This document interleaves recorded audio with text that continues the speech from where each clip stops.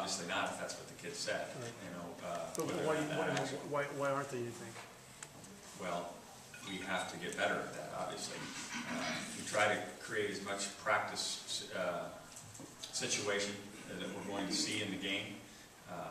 The tempo at which Oregon ran their offense, we tried to mimic. Obviously, we didn't get good enough at it to get where we were proficient. Sometimes to say that they didn't have the defense is a little bit of a misnomer. Playing the defense correctly is another thing. But if there's a lack of communication, we've got to get that fixed. Are you seeing the same mistakes you saw in the Kansas State game on that side of the ball? No, not the same mistakes. We've got a lot of different players in there than we had in the Kansas State game because of whether it be attrition or the maturation of some players. Obviously, to be a good football team, you have to be able to stop the opponent. You have to be able to. And in the games where we've been unsuccessful, that's been difficult. Is Oregon kind of flipping the old adage about time of possession kind of on its hat? I mean, they scored 60 points in like 19 minutes. Yeah, they don't seem to worry much about that. And it's one of the reasons they play so many players on defense. They play too deep on defense, at least a lot of positions.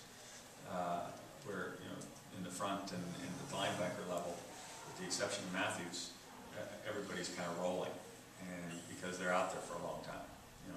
Everybody kind of has the same idea. The best way to play defense against them is to keep on the sideline, but they're pretty quick getting down the field. Does it change how, not how you guys scheme or anything like that, but how the players react? I mean, it just seems like it's so fast that, you talk about the adjustments at the line of scrimmage. Can you even make those kind of things? It's difficult to make things during the course of the drive. You have to be really good at doing things after the drive and debriefing. How was Kevin's surgery? I'm told successful, obviously season ending, which is disappointing both for us and for Kevin. He's a valiant guy, he's a great competitor, and hope to have him back for spring football. Microfracture surgery sometimes is more than, just a few months of recovery. Yeah, Are you looking at that as a... We'll have to wait and see. As it was explained to me, and certainly I'm no expert, but as it was explained to me, that's to create more healing. To create more blood flow and healing. So my hope is that he'll be available for spring ball, and we'll keep our fingers crossed.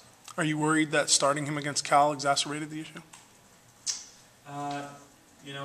We do what we were told we're able to do. Kevin wanted to play. Doctors said that MRIs were inconclusive, that didn't seem that there was any new injury. There was some swelling, but it could be just a residual effect of past injuries. And,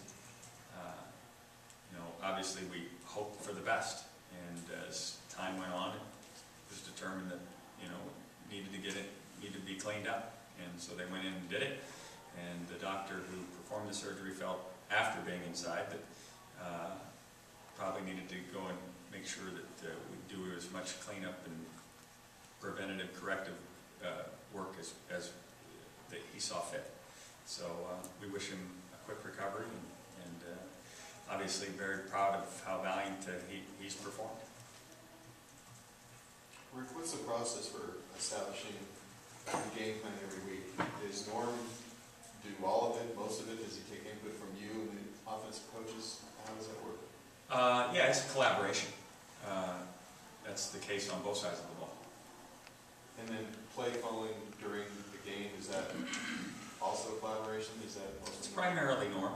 I mean, I'm on the phones and keeping him on task and giving him ideas and so forth.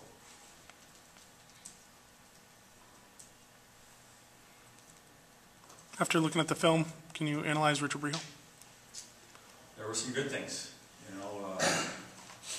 Again, we're in the business of winning and losing. Obviously that's deeper than that.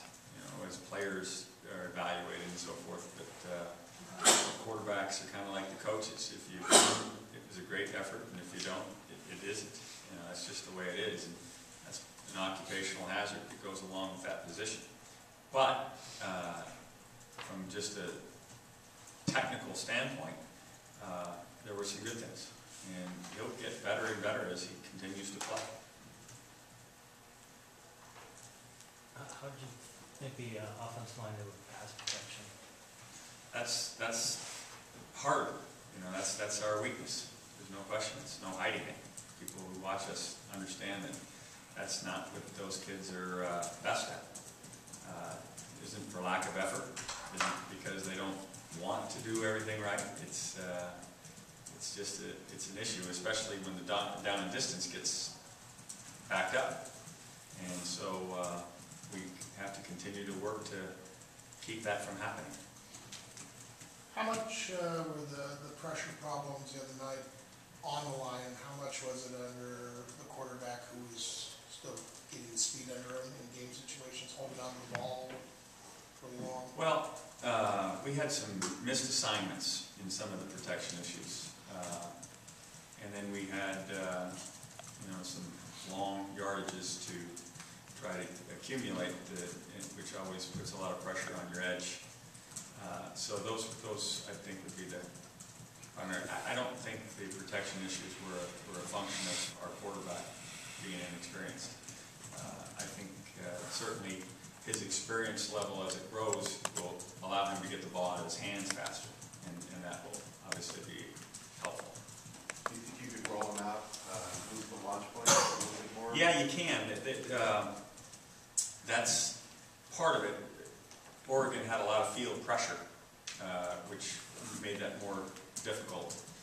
But it also gave you some opportunities to do some things as well, where you saw a screen and different things to the backside. So you got to pick your spots.